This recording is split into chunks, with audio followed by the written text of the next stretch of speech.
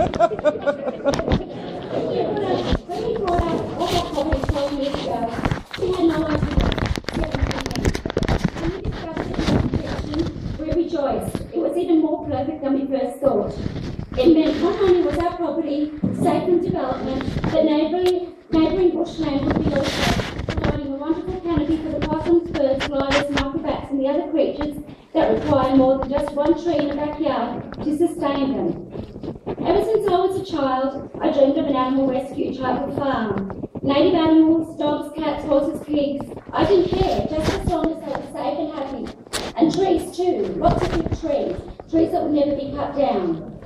When I could, I joined the RSPCA and YS to rescue native animals. But living in suburbia, there was lots of arguments with my husband.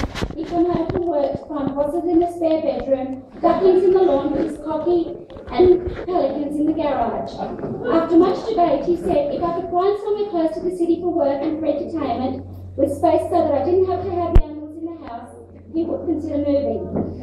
Of course, he said this, not expecting there to be such a place. But boy, was he surprised when I discovered Helensburgh.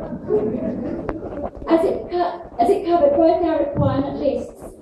Though, of course, I didn't actually discover Helensburgh. I always knew it was here. I just had a lot of that. I mean, Helensburgh was a place you went past. You didn't go to, you didn't go through, you went past because it was a nowhere place. There was nothing here but bush. Hallelujah. But times changed. Now others can call out our leaders and get away from the suburbia. Then, of course, there are those intent on turning it into a suburbia and lining their pockets while doing so, destroying the reasons most of us moved to the area in the last 10 to 20 years. Now, with an increase of people comes an increase of rules and regulations, boundaries and accessible areas. This leads to a decrease in what we take for granted. Can you imagine a time when we are denied access to the big dam, or where still we have to pay to visit there?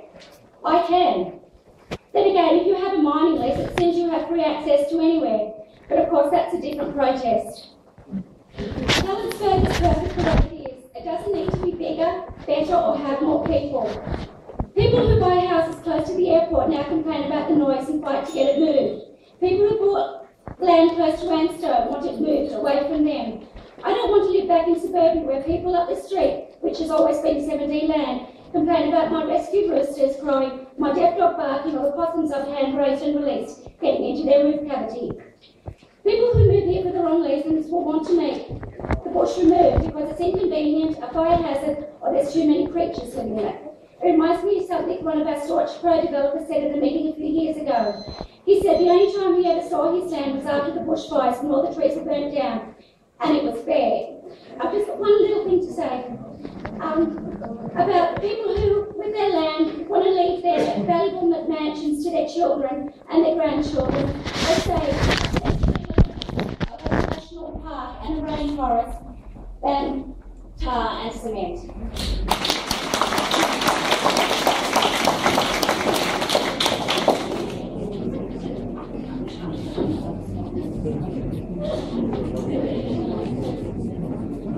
Hi, I'm Gail Callahan. I'm here with my husband Michael Callahan.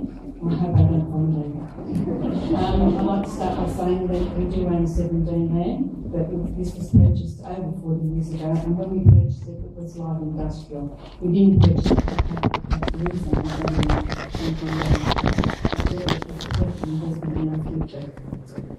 some here don't like change, don't like change, it would be tricky if some things never change. In the 1400s, cattle was taken down Main Street to Queensbury. Michael and his siblings were born in North Beaumont's Lake Monica. Their dad, Stan Callahan, was not only the local alderman in the 1950s, who also helped start fundraising for the poor. You now know it? God. But he was also the local alderman in the 1950s. And he was not only the local alderman, but he was the town bookie and the town barber. Many people in this place here have many memories. We grew up in places rumbling around Pompeii, around the little dam and the big dam, and Kelly's Creek, up the quarry, sitting in front of Decker's store watching the first black and white television through the shop window. We rode our horses all around Yarrawarra, off the Vale, Stanwell Top, and up the middle of Walker Street. Hard to imagine doing any of that today, because it's inevitable that times do change, people and places grow, and thank goodness for that. There was certainly a step forward when we got town water, and we still replaced the backyard dunning in the 1970s. We still have fourth generation family living in Helensburgh. Who are we to deny them the right to also own land, build a home, have a family, and collect their memories too? We also think it's wrong to hold a select few to ransom over the care of the Port Hacking River system. That's a bit like shutting the gate after the horse has already bolted. A preservation program should have been implemented years ago before waterfront living as we know it today was allowed there.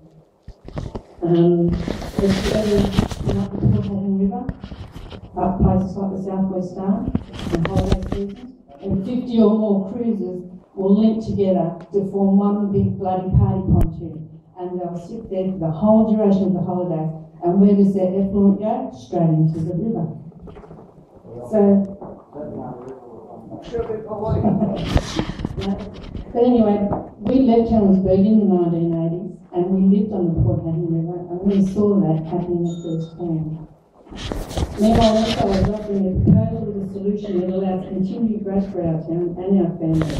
We're offering to donate over 300 hectares to the bushland, of bushland to national parks. But if council decides not to accept the Ensign offer and not to rezone any of the lands, so be it. But then council should rectify the previous council's wrongdoings, implement an exit plan for the owners, whether it's using a rate refund scheme or a property buyback. But whatever, we deserve an answer sooner rather than later. Stop pussyfooting around and get this dispute over and done with. I guess that's all I can tell them that they'll keep that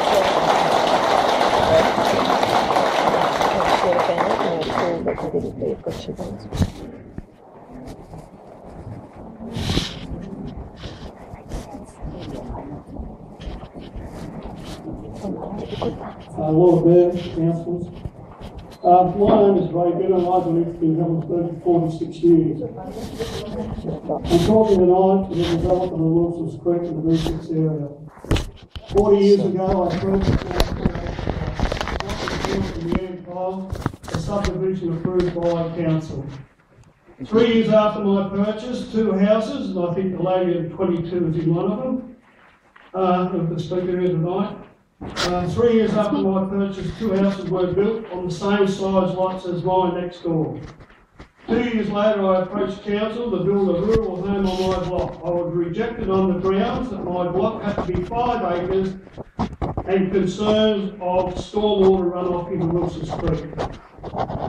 In January this year, I sold a 700 square metre block, which I also owned for 40 years.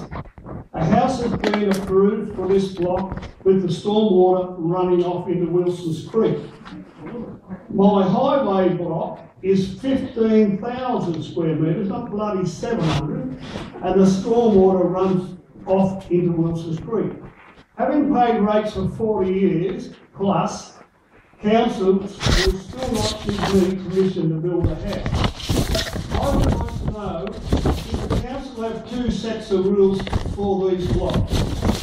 A point I would like to make is every block in Helensburgh is 75% of standard blocks, including the council's tip, runs into a creek, which ends up into the Hacking. Now, talking on this B6 light industrial, like just a little bit I want to put in here. I believe light industrial land should be opened up on the highway, creating local jobs.